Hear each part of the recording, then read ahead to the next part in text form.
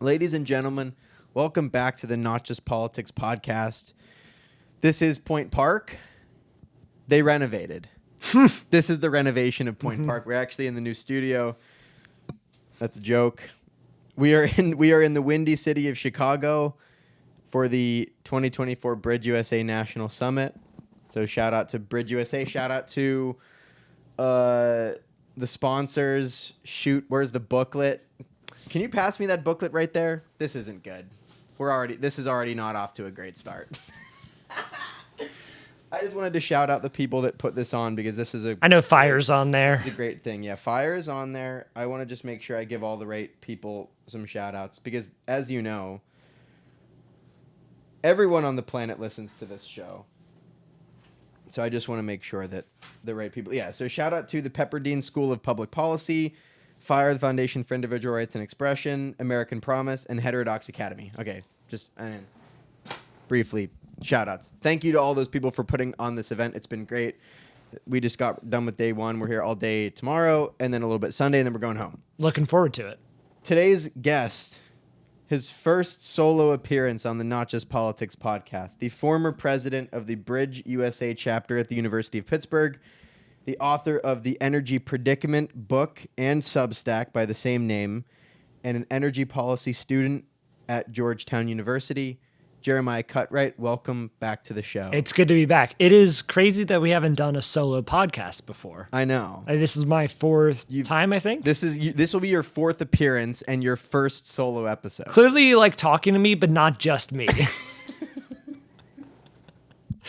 Am I just too controversial to leave alone? I think so. Is it like when Joe Rogan brings on Shane Gillis and he has to bring all the other comedians to balance everybody out? Yes. Or when he brings on Alex Jones and he has to have Tim Dillon there. Yeah, just exactly. For the sake of it, right? Exactly. Or Eddie Bravo. Or that's not less controversial. That's also a problem. How have you been, sir? Pretty good. Yeah, I'm happy to be in Chicago. I really slept on Chicago. It is freaking beautiful here. It is a beautiful city. I'm really impressed so far. Yeah. Yeah, it was beautiful. It's really nice. The river. Well, we're on the lake. Obviously, we have a great lake view behind this window, which we would show you people, but the reflections will be a problem. But it's beautiful. It is really nice. Yeah. I was not expecting that at all. Yeah. All I've heard is that it's like a hellscape. Yeah, and I'm maybe I'm just getting the totally wrong impression, but the buildings are beautiful. And this might just be a nice part of town, but I digress. When I have to say, when I went out walking earlier, just an hour ago, in the span of 4 minutes, I saw 4 Cybertrucks, which is pretty crazy if you ask me. 4 different ones, I should clarify. You saw 4 different Cybertrucks? Yeah, at 2 different hotels. There's one parked out front of this hotel right now. And then there were, maybe it was 3 Cybertrucks. I feel like it was 4, though. Yeah, 3 or 4. There were a couple at another hotel down the road that we passed by too.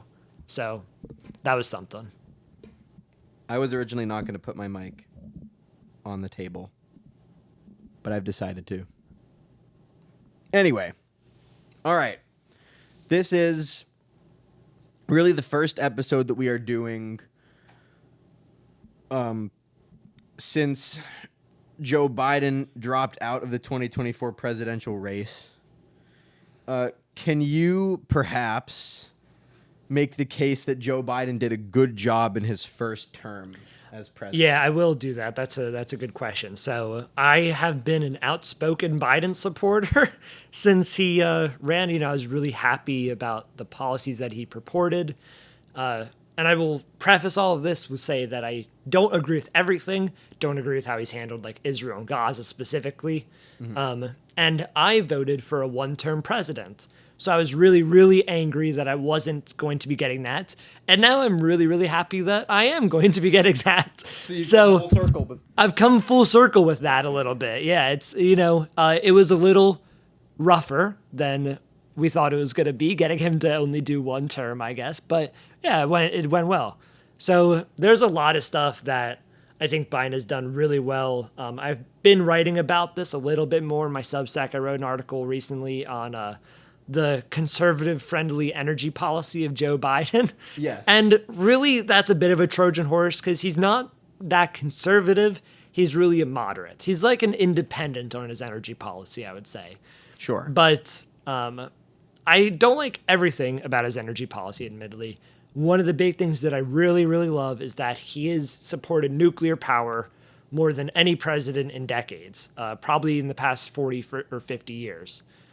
And as someone who, really cares about the environment, is really involved in energy, I think that all the evidence points that nuclear power is really, really important for, solving climate change and all of our other environmental issues. The triple planetary crisis. I don't know if you've heard that term before. I have not. That's basically, I actually might get this wrong, but I believe it's recognizing that there's not just one environmental problem, there's multiple. So it's like climate change, land use, and like biodiversity or something. So it's basically recognizing, or maybe air pollution is one of them. Someone will have to check, but it's basically recognizing there's multiple separate and distinct environmental problems, and nuclear power helps all of those, in my opinion, not just global warming. So that's a big thing. I know that this is a bit controversial. Like, I listen to Breaking Points a lot, and they would really hate me for this.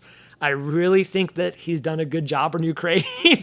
I really support how he's been handling Ukraine. I think it's important to... Now, I don't think Ukraine should be in NATO. I want to be clear about that. I do not agree with that stance.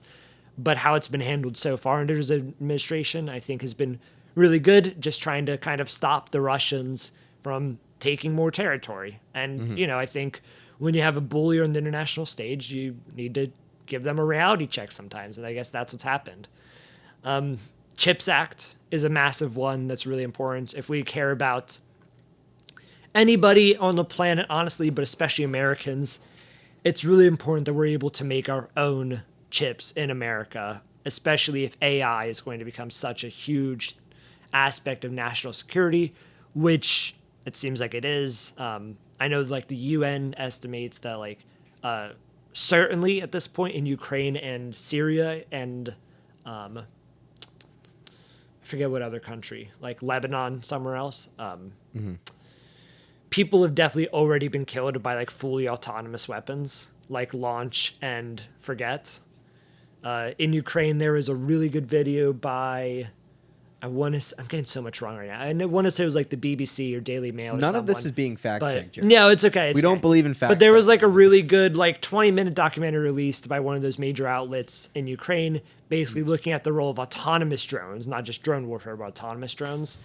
And it's pretty scary. I mean, it is autonomous the future. Drones are really scary, dude. Yeah, and there's a lot going on with like Anduril, the weapons company.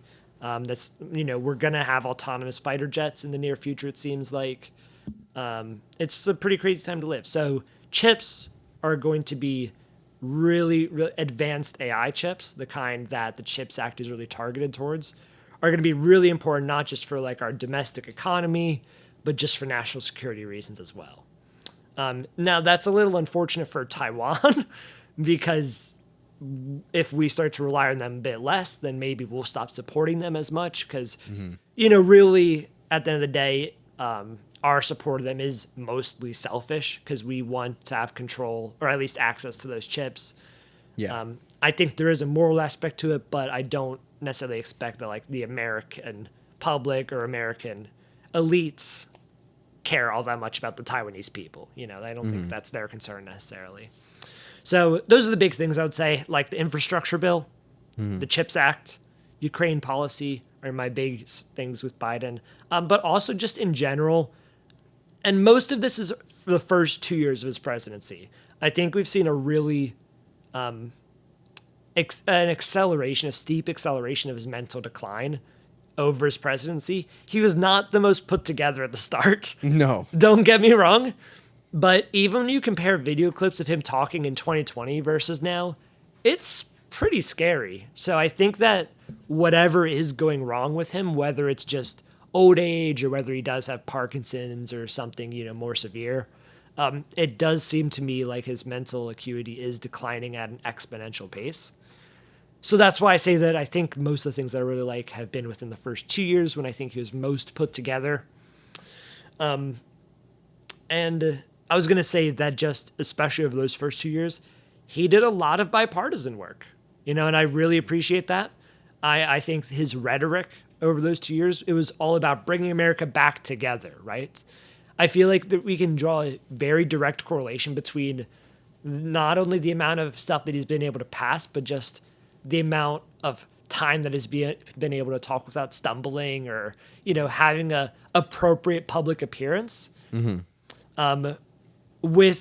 We can correlate all of that with how much he directly attacks Republicans, is what it feels like to me.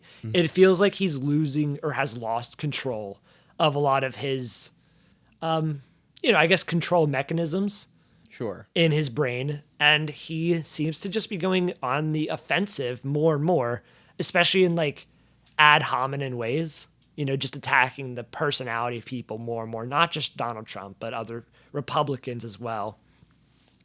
And I hate that. I don't think that those arguments should be celebrated in a intellectual 21st century world. We're better than that. Like when we first met up here in Chicago, I was baffled by all the architecture around here, and I was like, the Egyptians don't have anything on us. Great Pyramid of Giza, it's cool. Yeah, it's cool.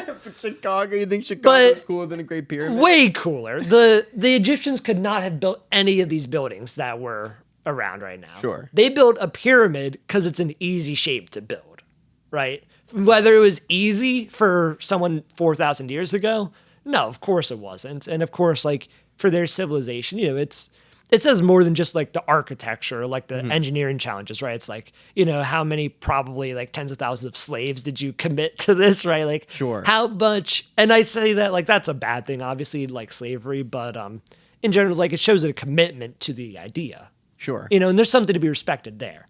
Sure. But they couldn't have built any of this around here. Like even some of them, like the like Trump Tower. Trump Tower, they could not have built. The Bean, I don't think they could have built.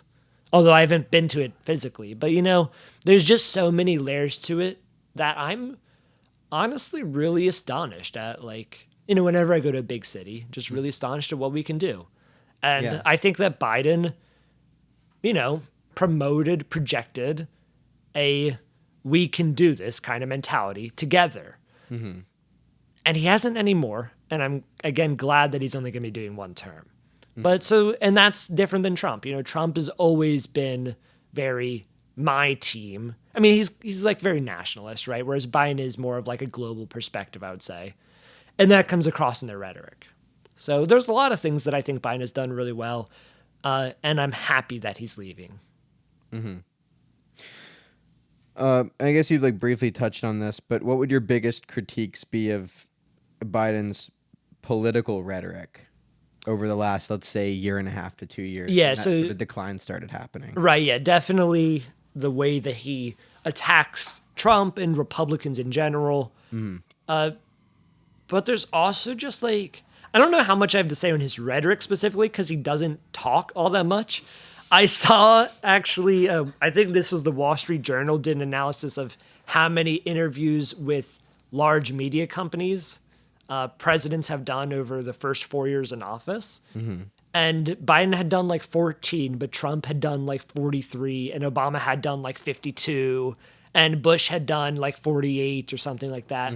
So when you compare him to like the previous however long of presidents, he's just not showing up to places as well. No. And that's, again, that's not rhetoric necessarily, but you need a president who can appear. Like if I was ever president, and that sounds stupid, but it's true, right? It is true, of course. Like if I was president, I like to think that I would have the like weekly fireside chats that like Eisenhower used to do, right? He would take like a couple hours. I think it was Eisenhower. FDR. Was it FDR? FDR. Okay, FDR. Okay. I think Eisenhower may have incorporated. He might have done like that this too, as well, yeah. But FDR is popular for it. There's just something to be said about just honestly like a president talking to the country, even if he doesn't have anything specific to say, just saying like, hey guys, this is what we got going on and this is what we really need to do. And, God bless America, I guess. Right. But just someone who you can see on the TV to project strength, confidence in the country. And it's easy for, I think, a citizen to think like nothing's changing. But if you have those chats, you can just say, hey, I know that we like haven't gotten this infrastructure bill passed, but we secured 4 more votes for it this week. We're kind of making progress. It got through like the House committee that it was locked up in, all those like micro steps. And I think that just projects confidence around people. So that's a big thing. Again, I think that he probably just couldn't do it, like mentally.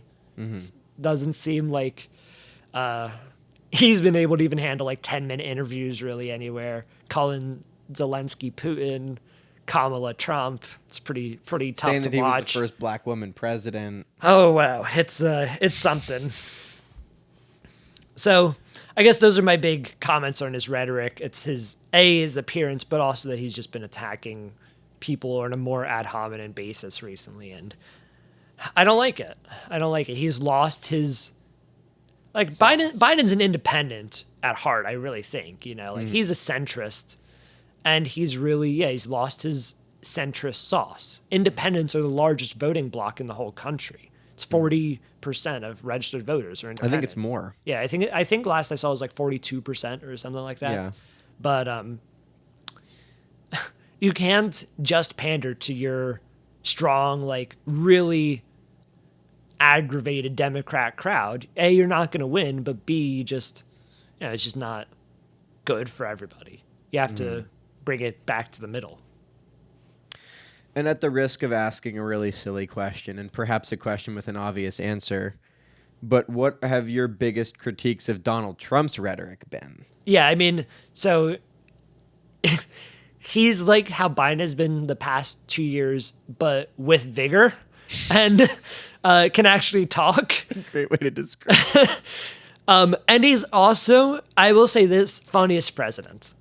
I mean, I've said that many times on this show. He's just so good at it, as much as I hate it. So I hate how good he is at insulting people. That's the real thing. I haven't listened to his RNC speech yet. I've been meaning to. I have meaning to as well. I have not yet. I would like to see if getting shot in the face has changed his outlook on it a little bit. I imagine it will for a few days or a few weeks, but I think Trump it's already. Yeah. I think it's already gone back to the way it was before. Yeah, Trump doesn't strike me as the kind of guy who's going to, not find a way to use that, I guess is the most charitable way to say that, perhaps. Mm-hmm. So, really upset with Trump's rhetoric. More than any of his policies, I don't like Trump's rhetoric. That's like the number one reason I don't like him. Maybe number 2 to like the January 6th stuff. Mm-hmm. Although you could argue that's rhetoric too. You absolutely could.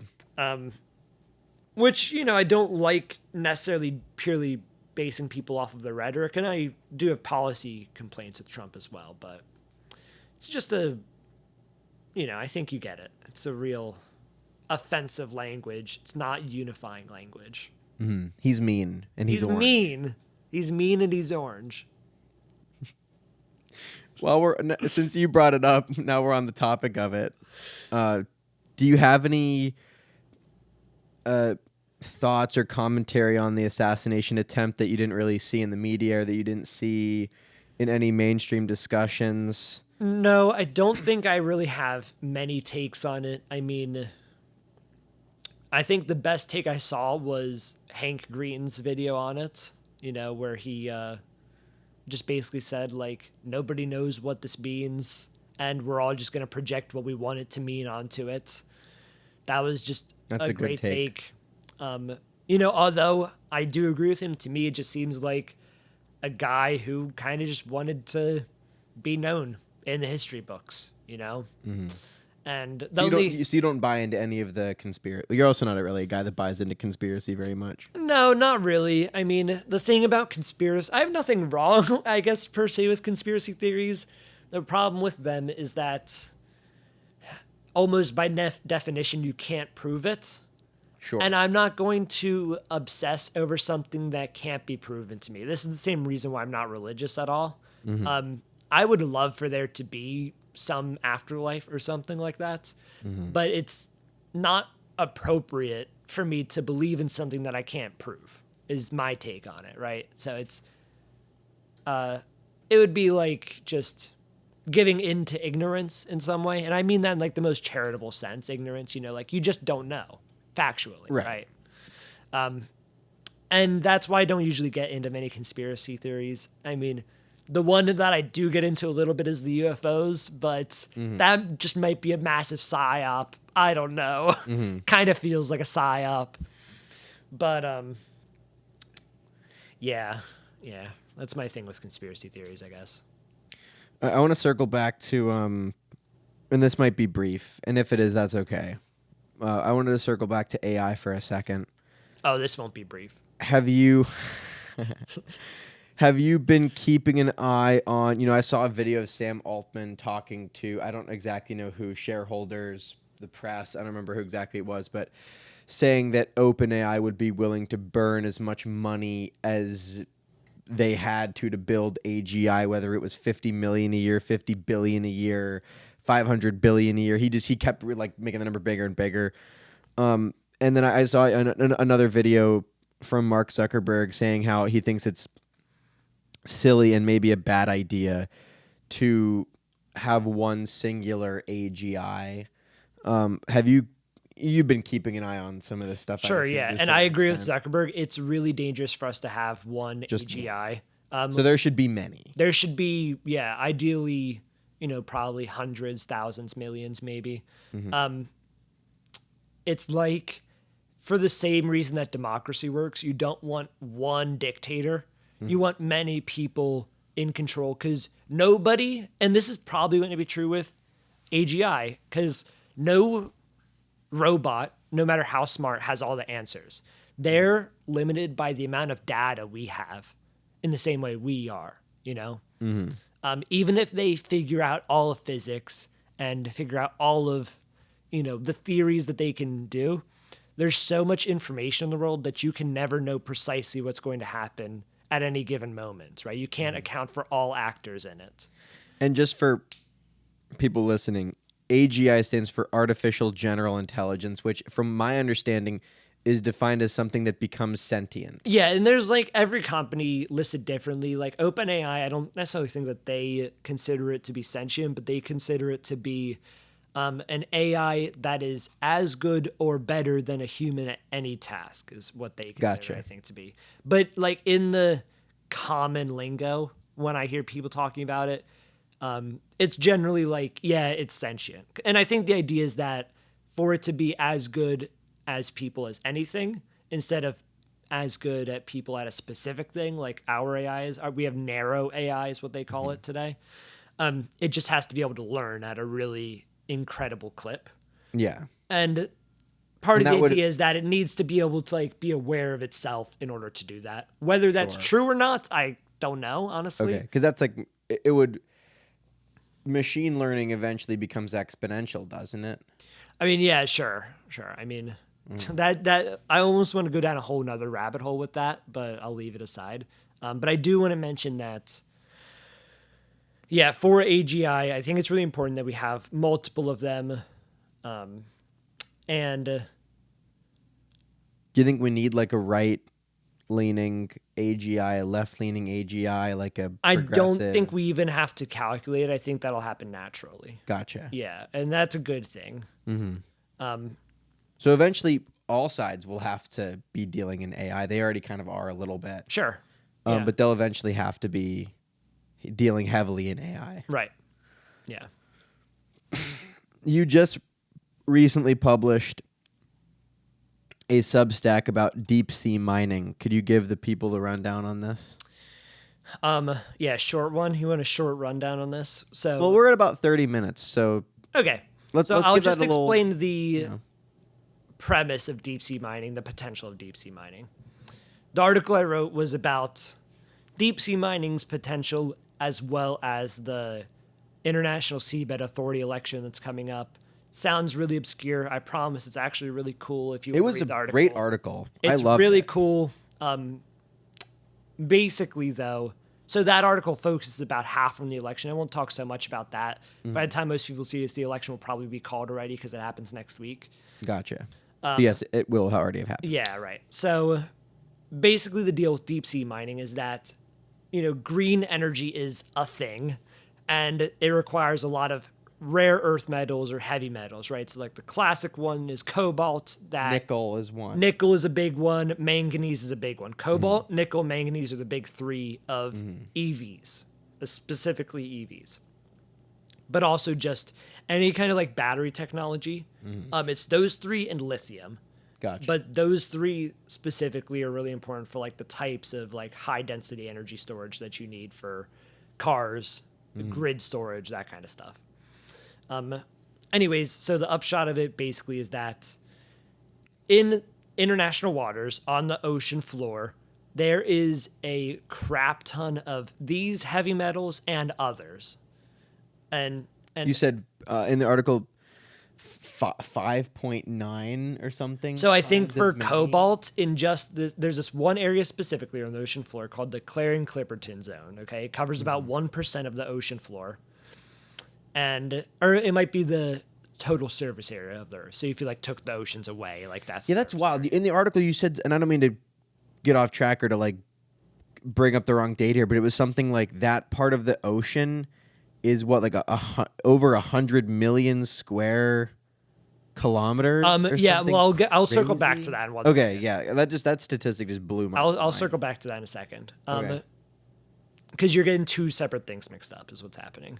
I apologize. No, that's all right. That's all right. I should've- No, I'll explain it. Okay, so basically, there's one. Yeah, actually, I'll do that first because that'll make sense to explain that first. So, the ISA, the International Seabed Authority, basically has mining jurisdiction over the entire seabed in international waters. What's interesting is that nobody mines the seabed, so it's like a really obscure international organization that hasn't done really much of anything ever. They've just kind of like they've done like scientific research and like kind of made up regulations about what would happen if someone was going to mine. The reason that nobody has done this before is because it's technologically challenging. However, we're getting to a point now where it's becoming feasible. So there are a few companies and countries looking at actually exploiting that thing. What's crazy is that the ISA has a budget of like $21 million a year and they have like 54 staff or something like that. But the area they oversee is, like what you said, it's more than a third of the Earth's total surface area. It's an area larger than all of the continents combined in area. Which when you say that, I believe you, but it doesn't even seem like there is that much space left on Earth after you put all the continents together. Well, yeah, okay, so here's the thing. Oceans cover 70% of the surface They of the do. planet. That's true. Right. That's true. So that's what it is. On the maps deceive us because we basically, like, the Pacific Ocean on a map does not look as big as it is. It's huge. The Pacific Ocean essentially takes up a whole half of our planet. Like when you look at it from space, basically half the planet is the Pacific Ocean. It's immensely large. You have, like, when you think about it, the U.S. and China are on opposite sides of the planet as each other. Yeah, that is, yeah. And between them, it's just water. Okay, that's like a good way to conceive of it. So anyways, the Clarion-Clipperton Zone is an area between Hawaii and Mexico. And that's kind of like the most prominent area that's being looked at for deep sea mining. Basically, there's these like potato-shaped, they're called nodules, rocks on the seafloor, full of these metals, specifically nickel, cobalt, and manganese. Specifically those three, especially. 54% manganese in some of these 45% manganese, 45. yeah, which is insane. Yeah, so like when we mine anything on Earth, we're mining for like a rock that maybe has like a 1% purity in it. And in reality, we're mining literally kilometers of square Earth out of the ground to get to some ore that has like 2% purity, right? But here in the ocean, we can just send a robot arm or something down to the bottom and pick up these rocks that are instantly at like 45% purity. For cobalt, it was like 3% purity. Which doesn't sound like much, but again, like you said, the rocks that we're mining now are so much lower than that. Yeah, so not only so much significantly lower and so much harder to get to. Yeah. Right. And another important point that I raised in the article, the rock, like we will have cobalt mines are in the Congo, right? Manganese is mined in like South Africa, right? But these metals are all in these rocks together. So it's manganese, cobalt, and nickel all in the same rock with itself. You're basically picking up car batteries off the seafloor. It's actually pretty crazy. And also those places where cobalt and manganese are getting mined are like horrific human rights violations. Right. Like Yeah. horrific. And that's like a whole thing. I wanted to talk about in the article. I just didn't have the space for it. It was too long already. But yeah, so here's like the really important point about all of this. There's an immense amount of these resources on the seafloor in this one area, the Clarion-Clipperton Zone, CCZ. Like you said, there's like 6 times as much cobalt in just this one area as there is on all land reserves combined on the surface of the planet. And it's 1% of the seabed floor. Yeah, it's 1% of the seabed floor. Yeah, if you go to the article, you'll see images of the Yes. seafloor in there, and you can see that it is actually just like covered in these rocks. Peppered. Yeah, it's it's ridiculous. So it's like, and I include a chart in there like how many more of the resources there are in this one area than there are in all global land reserves. Yes. And it's for many of the metals, it's over like, 2, 3, 4 times as much as all global land reserves. But for a lot of them, and this is kind of like underrated, I think, a lot of them are like, half as much as all global land reserves, or like, a quarter or 0.2 times as much as all global land reserves. And that, like, when you're comparing it to something like cobalt, where there's like 6 times as much, it seems small. But if anybody, like, all of a sudden one day, like, discovered, like, an oil field the size of, like, 20% of all other known oil fields on the planet, that would be, like, global news. We'd be invading them the next day. they would need democracy. They would need democracy so bad, right? They would need shopping malls and condos. So, and that's for, like, titanium and that kind of stuff you're looking at about those ratios for it. So even for a lot of other metals, just the quantities are staggering, but nobody's been able to do it. And now it looks like we're actually approaching on exploiting these resources. And that's kind of, the article talks about the controversy behind it because there's maybe some sensitive ecosystems.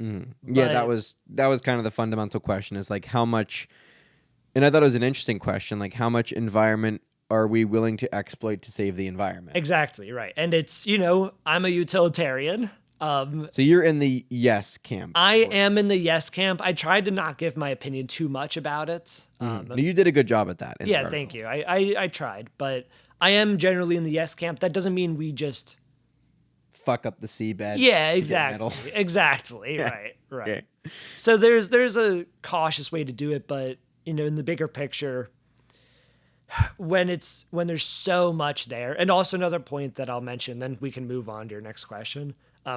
Because these minerals are in international water, they aren't controlled by any single country. We don't have to invade Iraq for their oil, right? Right. We don't have to, invade Kazakhstan for their uranium, like in the Soviet Union or anything like this. So it's just really good as far as like international security and peace goes as well. If this transition is going to happen, it looks like it's happening. We don't want to have to invade the Congo for their cobalt, right? This is a really good way to promote a free market solution on the international stage. Did you have another point? We still have time. You could. No, I think that pretty much covers it. Read the article. I'm really happy with it. Yeah, we'll get the link for your Substack will be in the description for this. People can go check it out. Yeah. You can read the Biden one in there as well, which I published like 2 weeks before he stepped down, but it's which was right. Another interesting one. So with that in mind and with everything else in mind, what do you think the future of what does the future of the energy transition look like? If Kamala Harris does become the Democratic nominee, which it looks like she will be at this point. Sure, yeah. There's so much money and momentum behind her campaign now that it seems unreasonable that anybody would make any real attempt at taking that from her. Can I stop you for just 1 second? Absolutely. I saw this really funny post from the Babylon Bee earlier, which it's going to be good when it's the Bee. And it was like a picture of Kamala up on the podium in the White House. And the caption said, party that purports to be for democracy celebrates it by refusing to host a democratic process to elect their candidate. I think the slogan of the DNC should be like, "We're so pro-democracy that we destroyed it." and to be clear, I'm not I'm not saying that Democrats destroyed democracy. I'm not saying that the left. I'm not. But it is interesting that they dragged Biden's lifeless corpse through this campaign, whenever every single person was like, "Hey, man, he's gonna have to drop out." Yeah, And the yeah. media lied for him for years until that debate, and then they couldn't lie for him anymore. And they still refused to have an open convention. He refused to leave first. Yeah, because right. everyone was like, and I don't want to open a can of worms. We will move on to this actual question, but it's like everyone was like, Biden was so graceful and honorable to step down. It's like, yeah, after he battled House Democrats for damn near a month, it was not graceful to stay in. Like, there was nothing graceful about this guy. It's like, he battled them for damn near a month to stay in when everyone said that he shouldn't. It took all of the donors like freezing their donation. Like, it took so much momentum to actually get this guy to step down. And then what do? We just nominate Kamala Harris. And all of a sudden now it's like, what happened to the open? So what have we, and Claire talked about this in her article. It's like, how many rules are we going to bend to protect democracy from Donald Trump? And what are the consequences of answering for all of that if it doesn't work? It's just ludicrous. But I digress. If she is the nomination, what do you think her energy policy is going to look like? Do you think she's going to go in the same direction as Biden goes, or what? It's really hard to say because she hasn't really said shit about it ever. I don't like. I was talking to a lot of like energy professionals at like a networking conference recently, and that was kind of one of the questions we talked about at our table. Like, hey, what do you guys think Kamala's energy policy is? And everybody said, I don't know. She hasn't talked about it. So my hunch is that it's going to be somewhere between Biden's policy and a Green New Deal policy. I think it's going to be like a moderate left energy policy, whereas I would say Biden's was a centrist energy policy. Gotcha. So I don't necessarily think that she's going to be dishing out trillions to put solar panels on every rooftop in every city around the country. Good luck in Pittsburgh with that plan. Right. I'm most concerned about nuclear power. Like I said, Biden supported nuclear a lot. The nuclear industry is really revving up again for the first time in, probably half a century. Decades. And it's looking really, really good right now for the nuclear industry.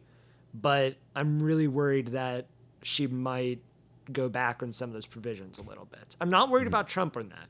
I think Trump's good on nuclear. He doesn't seem to really have much of a stance on it, but his stance is generally American energy independence, which is like kind of a classic conservative point of view. And nuclear is very good for that. It's not perfect, but it is better than oil. I mean, maybe not oil at this specific moment in time, but sure. But in general, it's a pretty good fuel for that. So, yeah, my impression is that she's gonna go for like a center left position, meaning like, yeah, we'll expand wind, solar. I don't expect her to say much of anything about nuclear at all.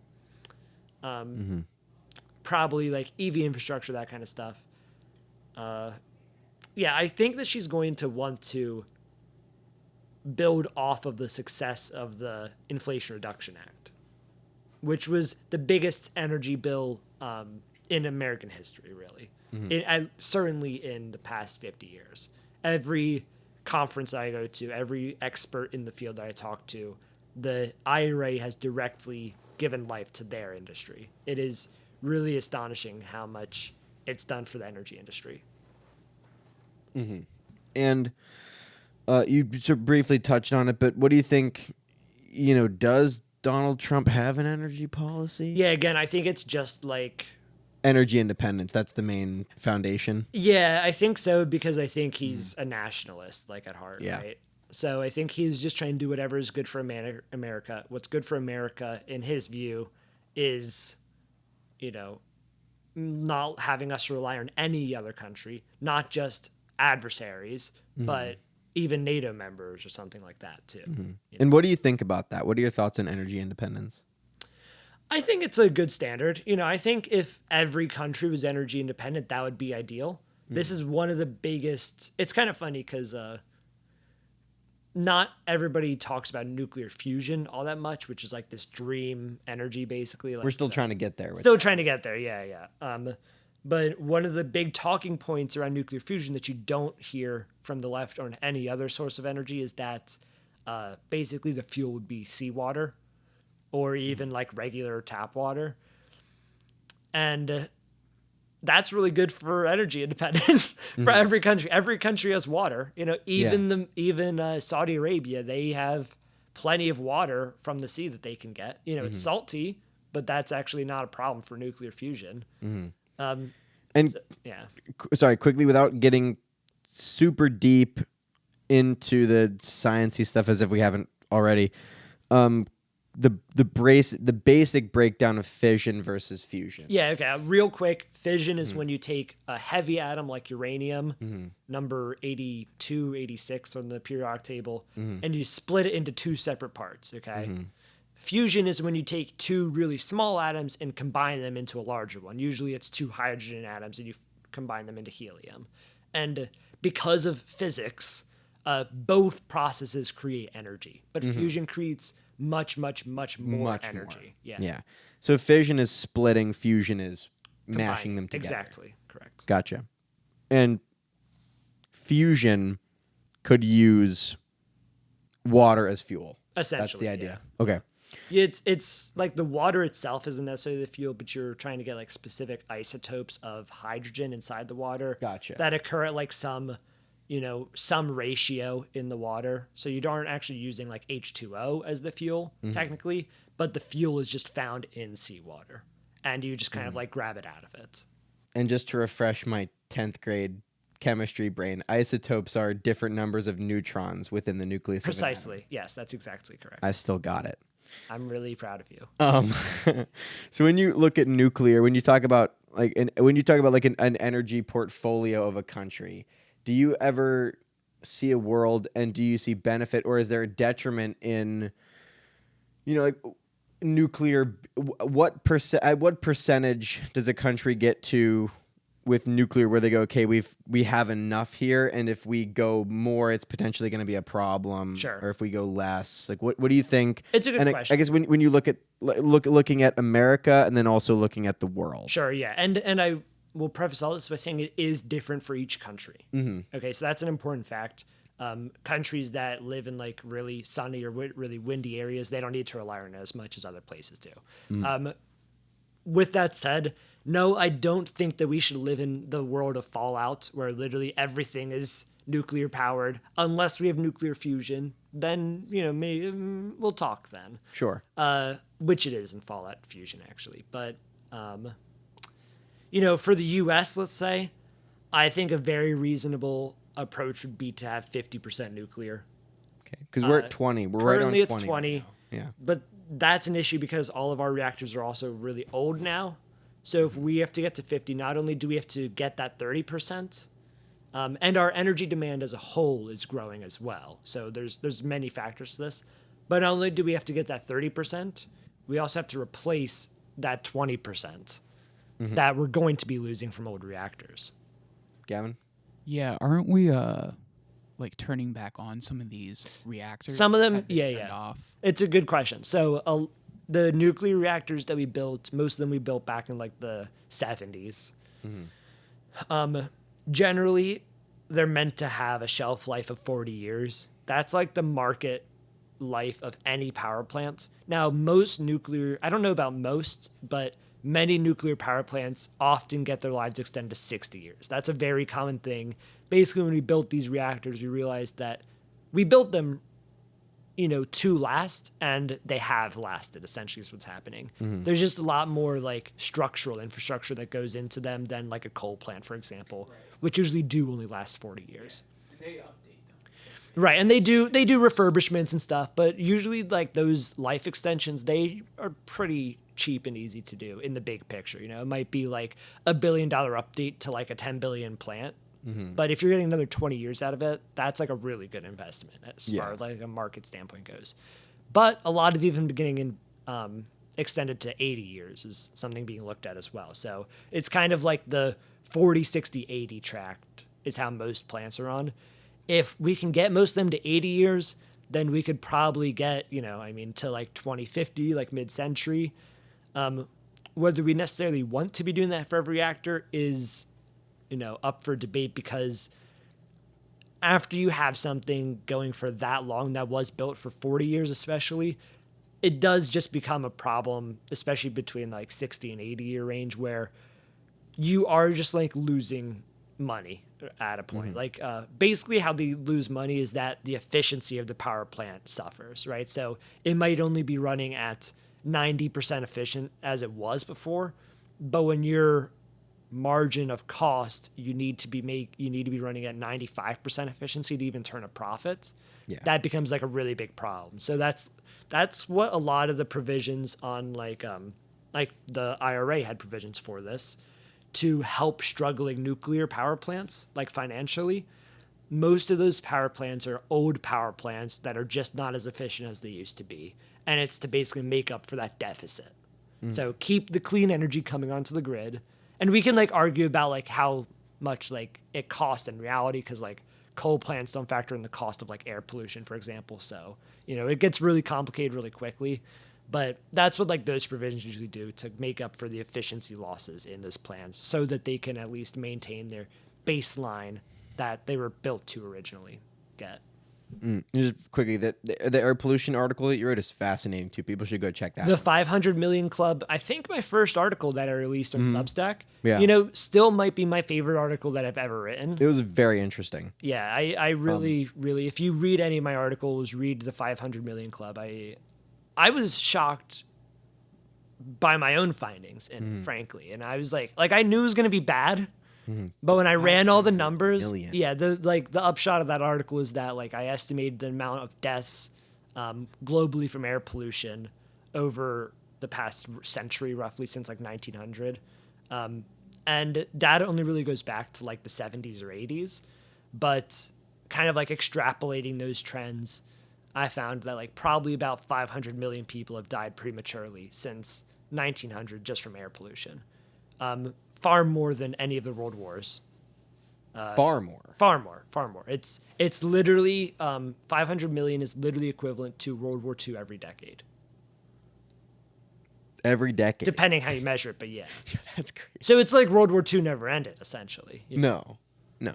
And quickly, Deaths. going back to nuclear, the plants, I did a little bit of homework Okay. before this. Okay. A little bit. Now I'm scared. No, not a ton, and I might be wrong with some of these numbers, but these things take like 7 or 8 years to build, roughly. Yeah.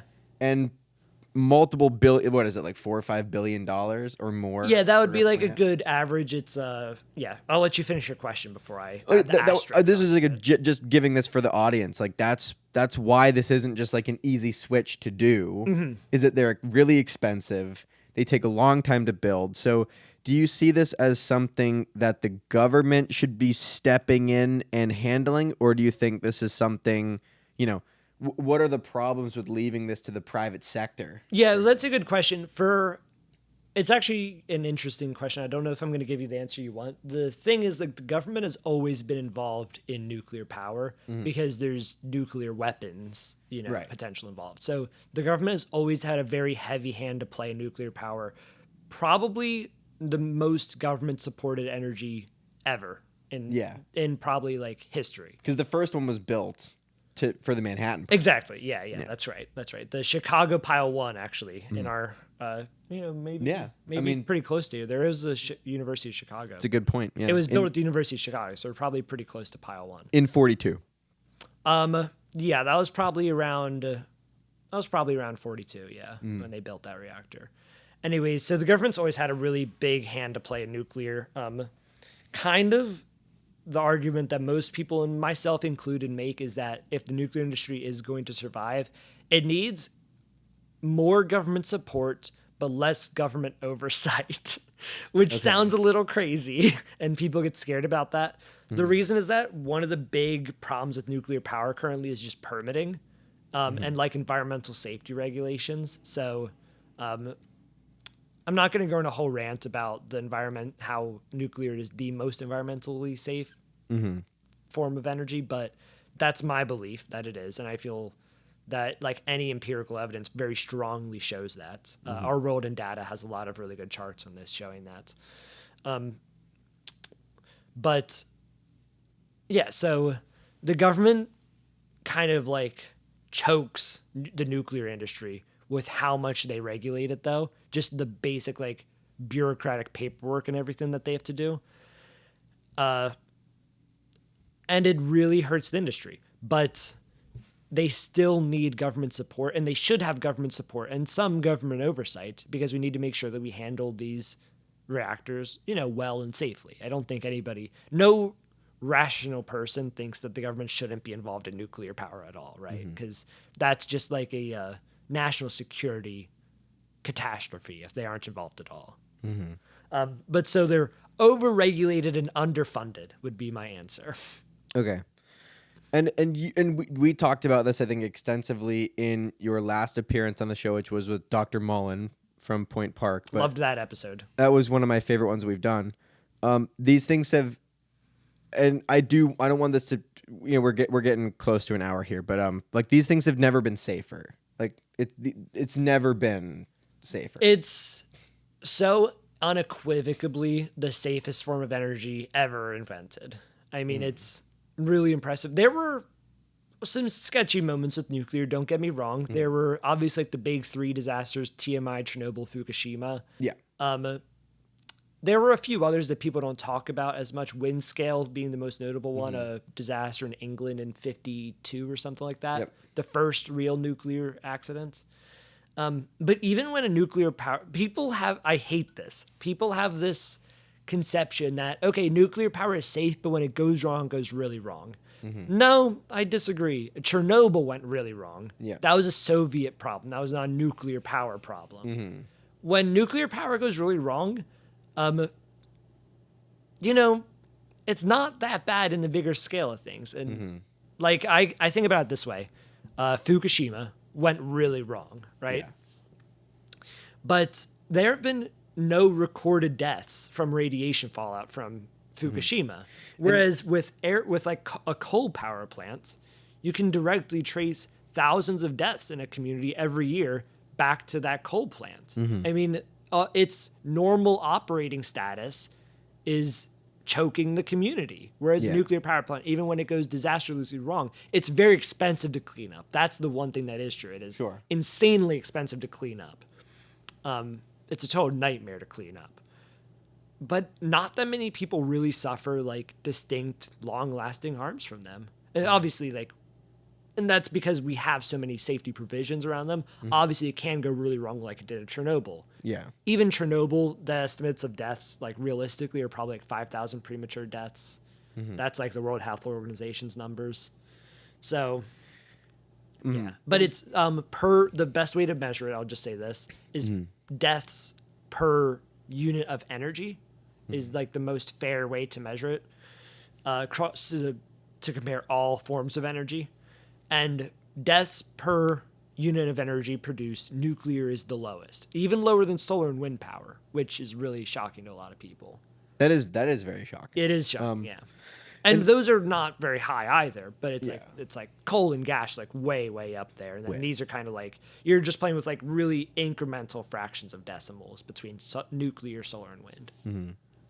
And Fukushima went wrong because the cooling systems got flooded, messed up, right? Yeah, they got flooded, and then you couldn't cool it. And couldn't cool the reactor, and then it melted down. Yeah.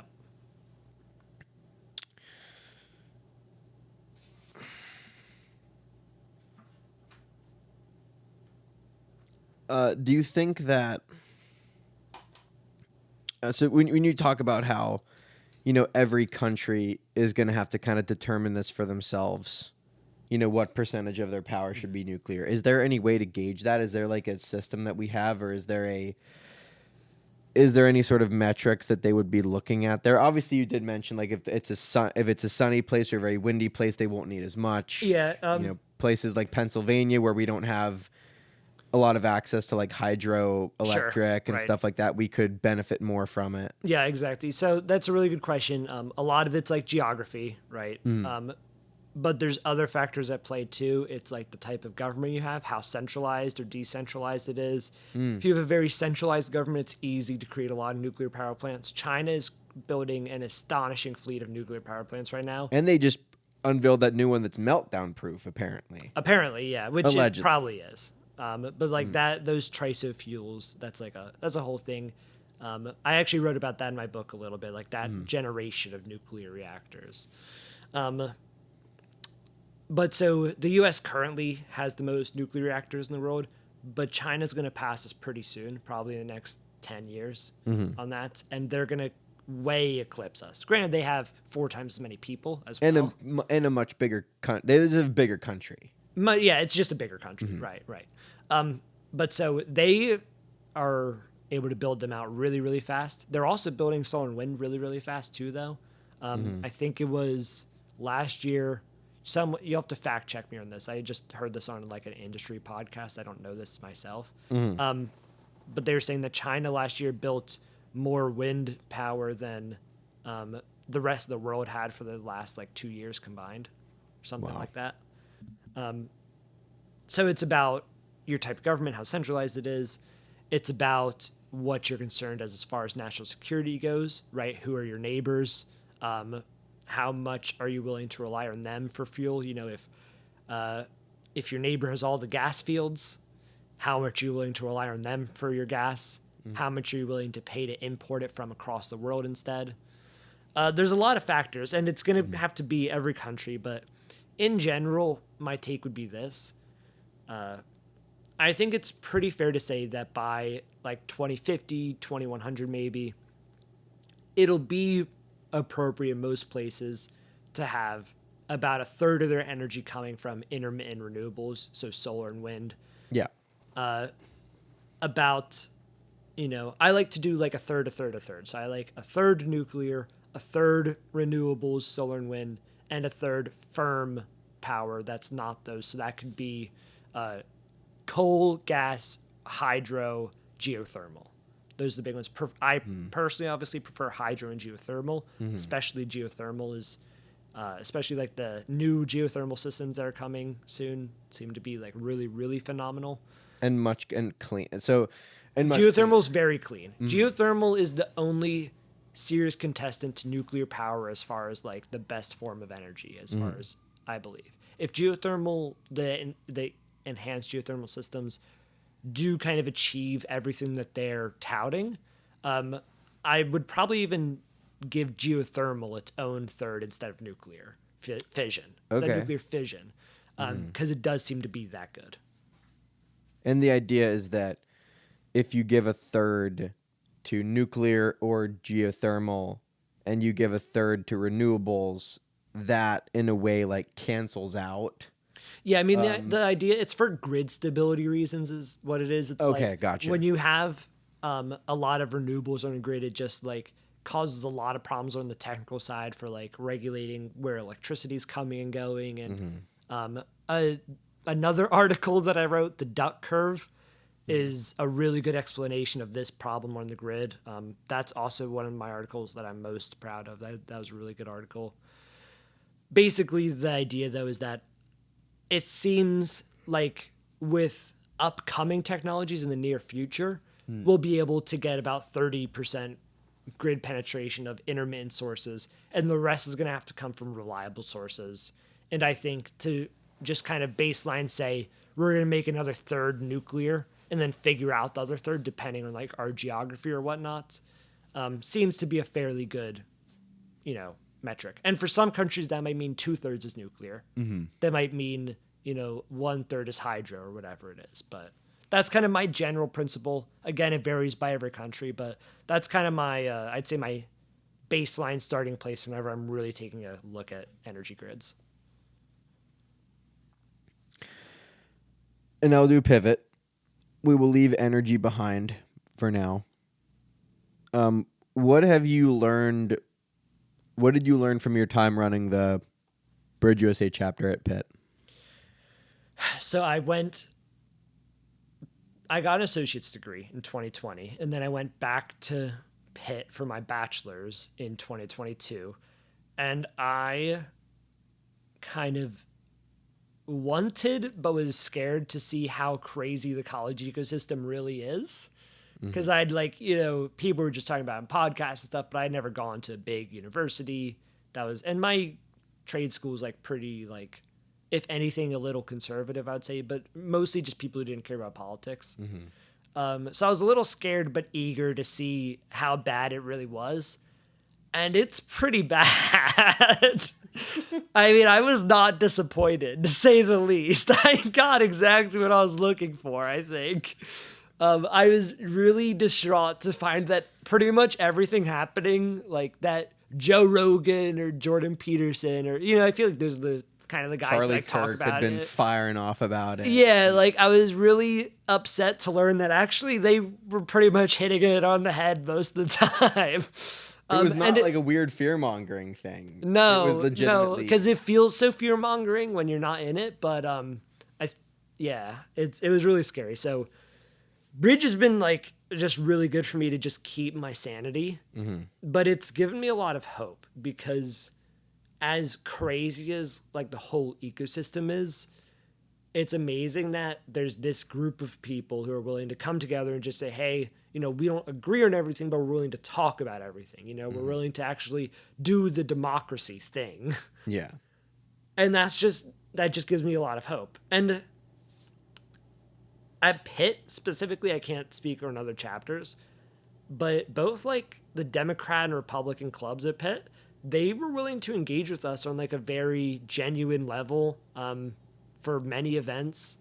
And we never really had any issues dealing with them. I mean, I would say like we may have had issues dealing with them just because like everybody's college kids, and college kids are kind of like unreliable. Right. But not on like a political sense or like it was just like, hey, like you didn't respond to my email kind of stuff, Sure.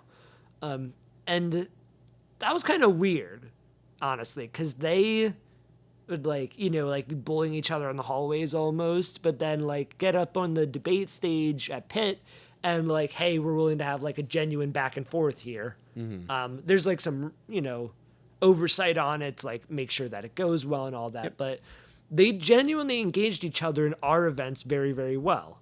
And it says something about Bridge that sometimes people just need a format that channels them properly to actually have these discussions. They had apparently done attempted to do a debate between them at Pitt before we did our first debate.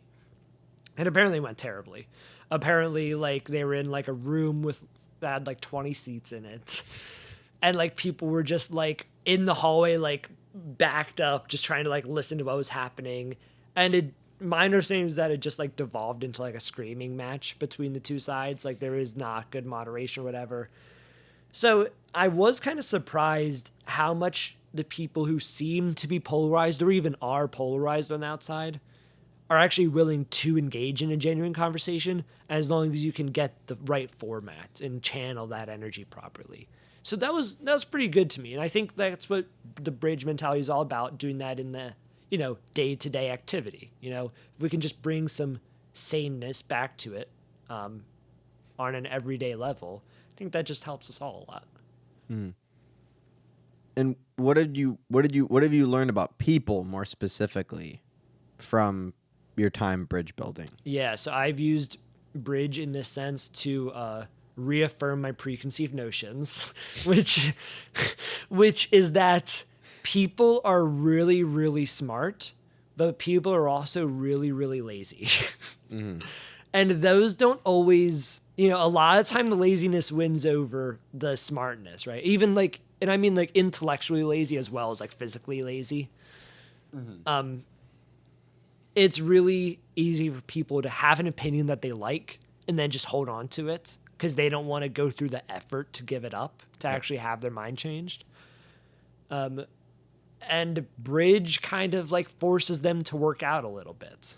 That's how I see it. You get the brain flexing a little bit, get the blood pumping, and, maybe you tear some brain muscles, and then a couple days later, you find, well, maybe that person actually had a point.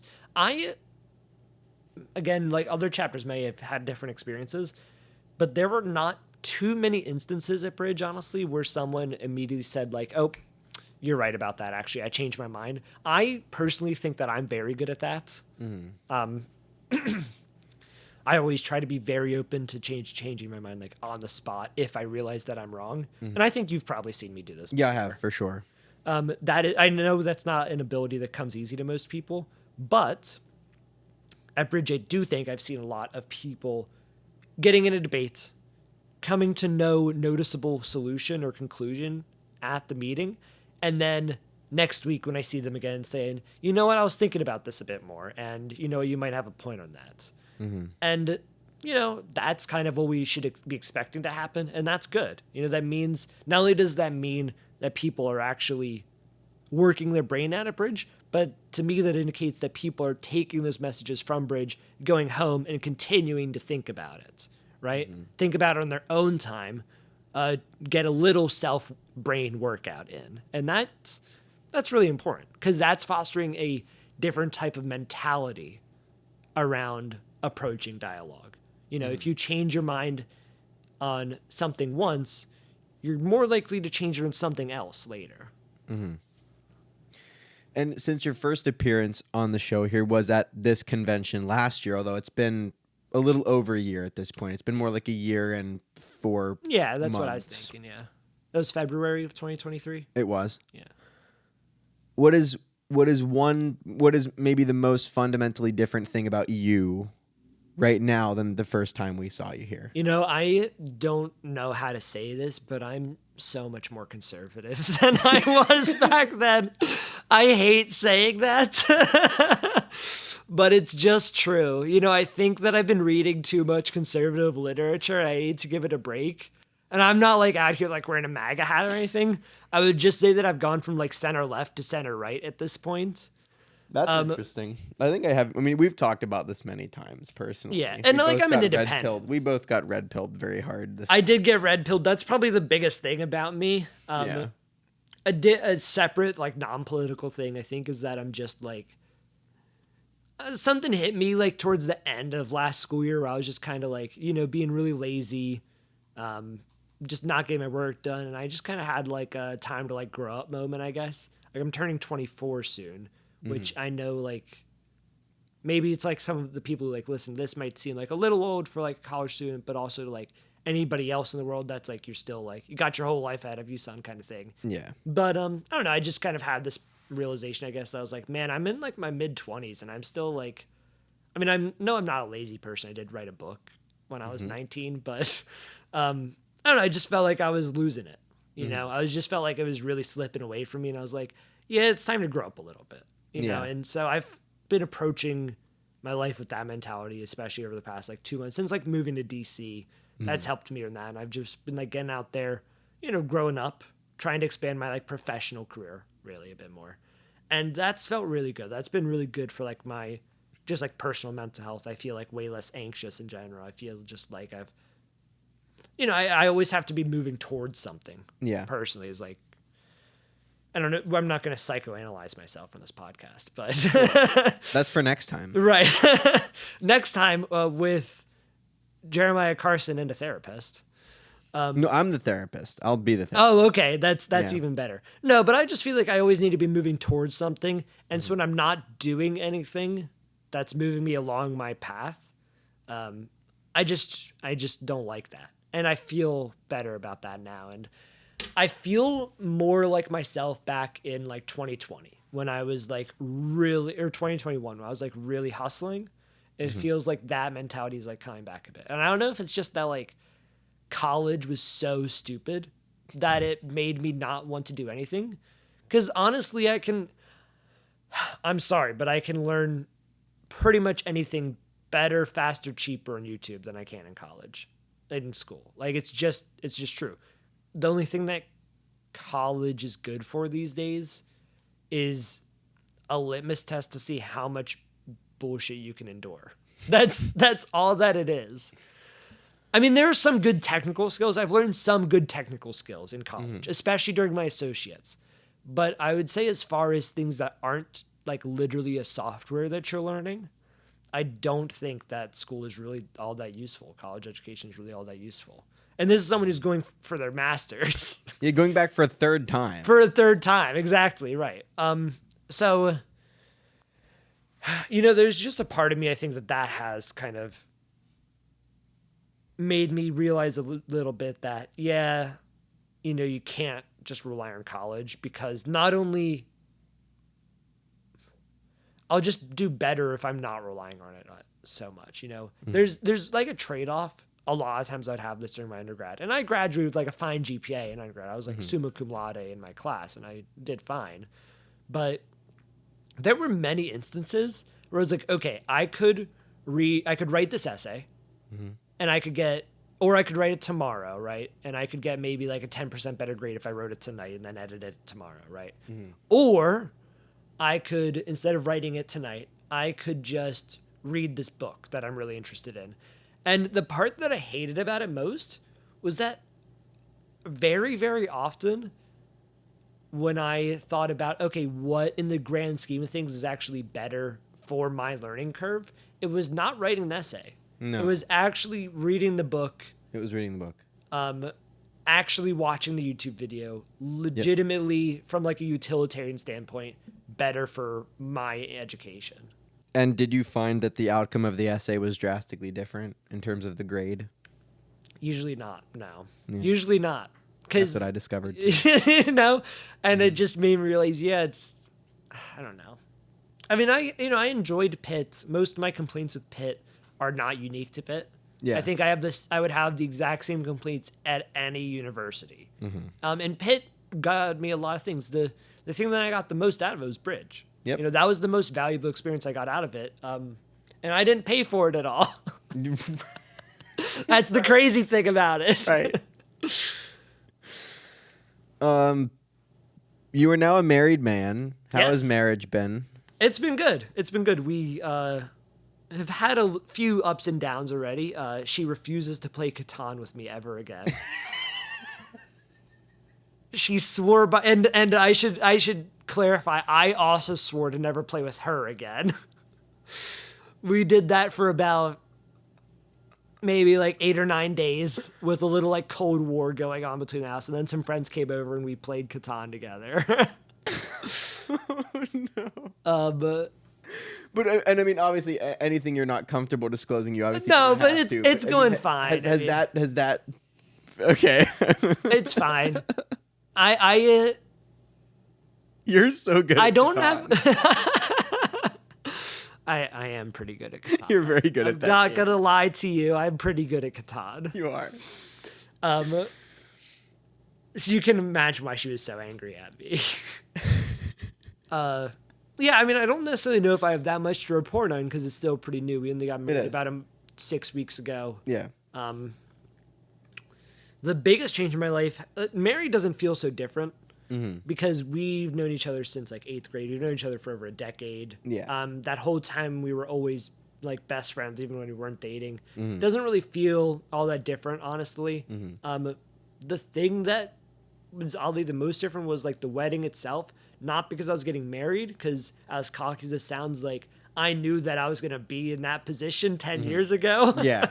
Yeah. But it was getting everybody, all my friends together. That was my favorite part about the whole thing, because I have all these different friend groups of really, really smart people, but none of you guys interact with each other at all, right? So it was good to like get that cross interaction going, and I that made me really happy to see that. And same with family as well. I've got a lot of family that's kind of like splintered at this point that don't get to interact, or by choice don't interact with each other all that much. Right.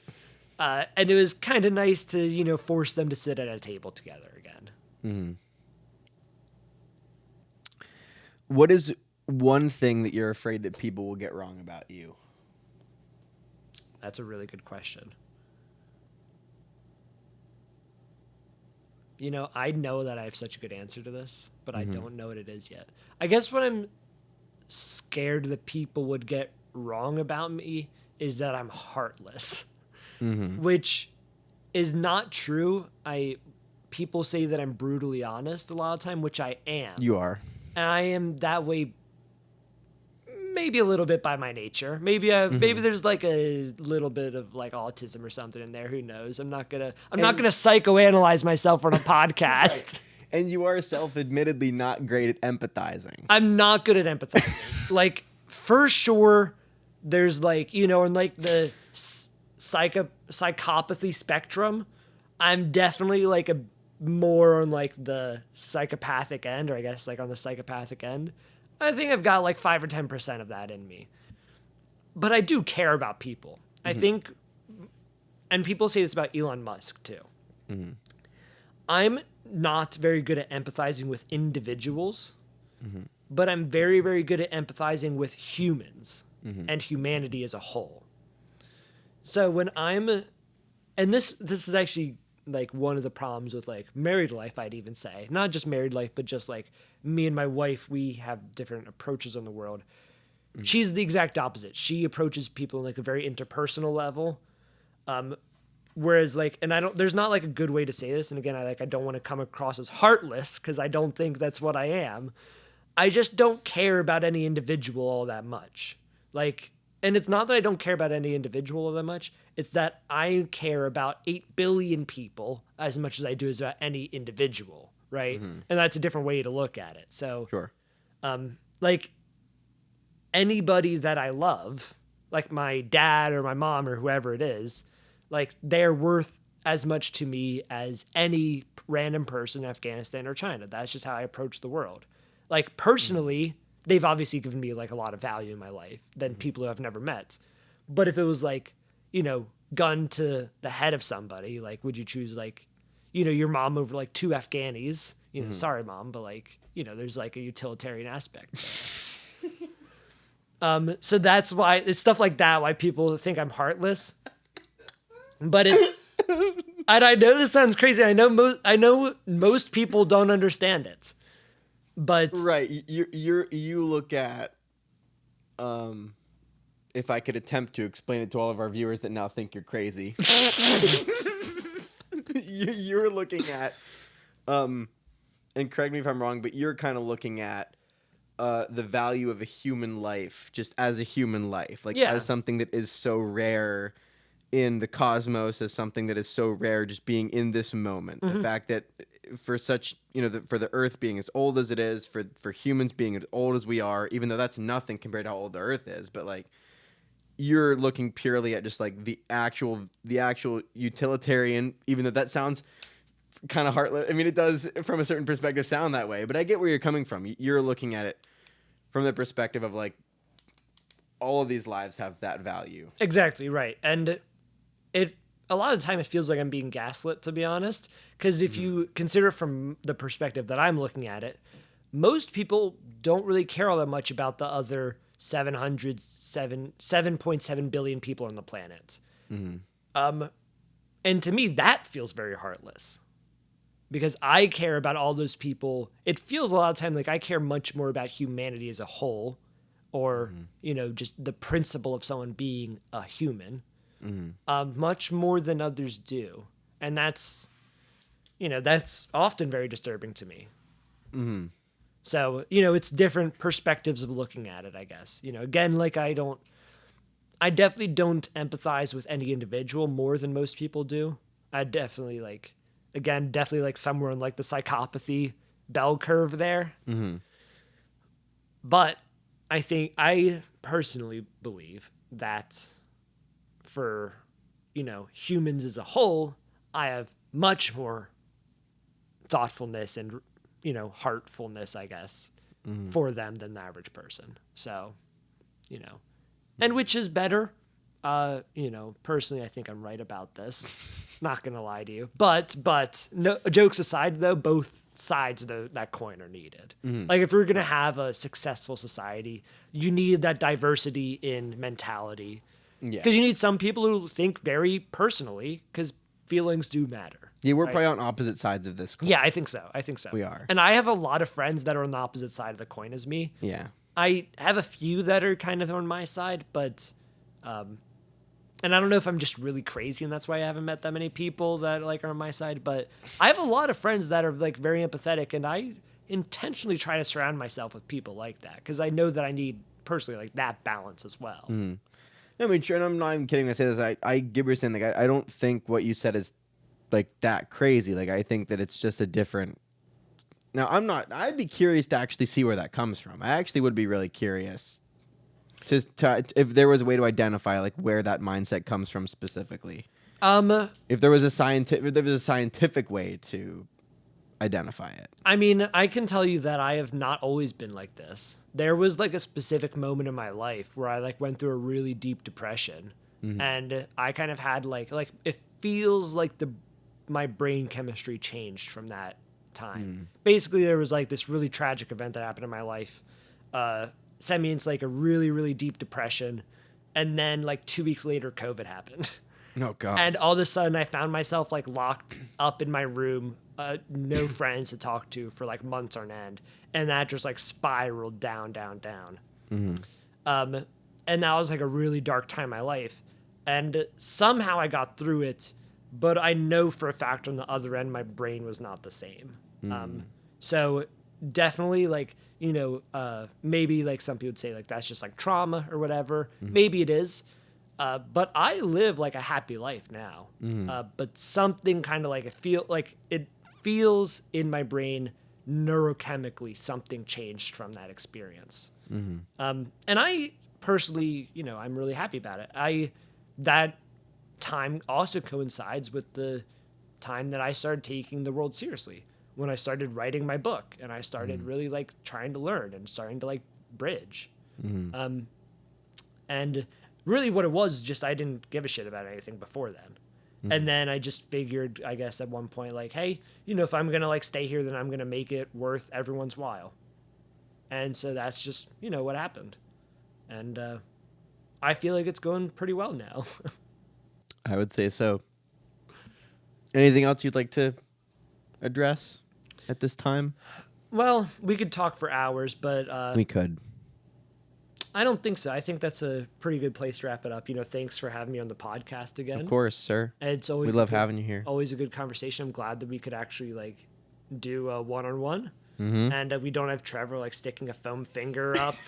Shout out to Trevor. We miss Trevor. He's been all over the globe. He's traveled the world like 7 times since the last time we saw him. And do you know what his favorite city is? I'm trying to think of where he's been. His favorite city in the whole world is Chicago. Really? Yeah. Oh, man. Yeah, he's I texted him, I haven't heard back today, but I know that he's really angry he's not here. And I'm definitely going to rub it in his face. No, don't do that. Yeah, I know you're going to, but I'm going to buy a Chicago foam finger and, I don't know, mail it to him in Alaska or something. Mail it to him. That's right. He's in Alaska right now. Yeah. I was saying he's traveled the globe. He's been all crazy. over. He's crazy. He's side questing. Side questing. All right. Well, thank you, Jeremiah Cutright. Love you, buddy. Thank you. Love you too. Bye, everybody.